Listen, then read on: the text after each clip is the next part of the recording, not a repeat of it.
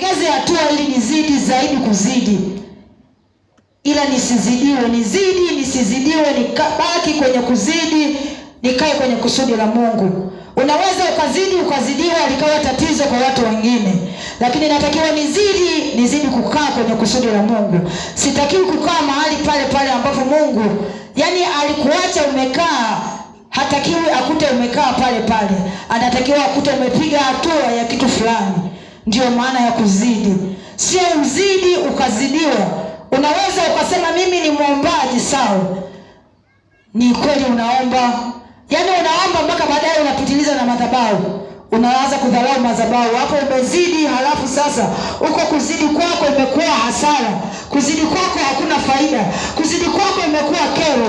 Kuzidi kwako imekuwa matatizo. Kuzidi kwako nataka kuwa na faida kama kulivyokuwa na Hana. Kuzidi kwako watu waone matokeo kwa macho ya damu na nyama. Kuzidi kwako watu waone faida katika ulimwengu wa leo, kwa sababu wewe ukizidi Mungu anapata faida, kwa sababu kila umeweka ndani yako kinatumika kwenye viwango ambavyo vinakuwa vya hali ya juu, vinakuwa katika hali ya kuzidi, havitumiki katika hali ya kawaida, na viwango kama ni utumishi vinakuwa vimezidi.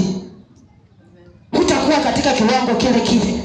Unaposema natamani kwenda kiwango kingine, ninatamani kwenda hatua nyingine. Hata Hana alikaa akasema ninatamani kuitwa mama. Hata kama Elikana alikuwa anamuita Hana mama, alisema hapana, sikuwa na uwezo wa kukuzaa, sikuwa na uwezo wa kukunyonyesha, na mimi nataka mtoto anayetoka tumboni mwangu nitakayemnyonyesha na yeye ataniita mama, na mimi Hana nijue uchungu wa kuzaa ukoje.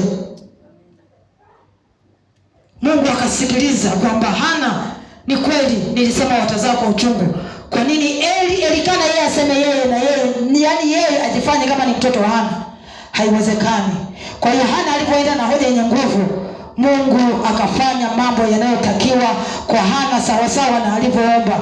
Aliona hata kama Hana nitampa mtoto, hawezi kunigeuka. Ameniambia atanipa yule mtoto. Na Bwana akaangalia ndani ya moyo wa Hana. Mungu siku zote anaona kesho yetu.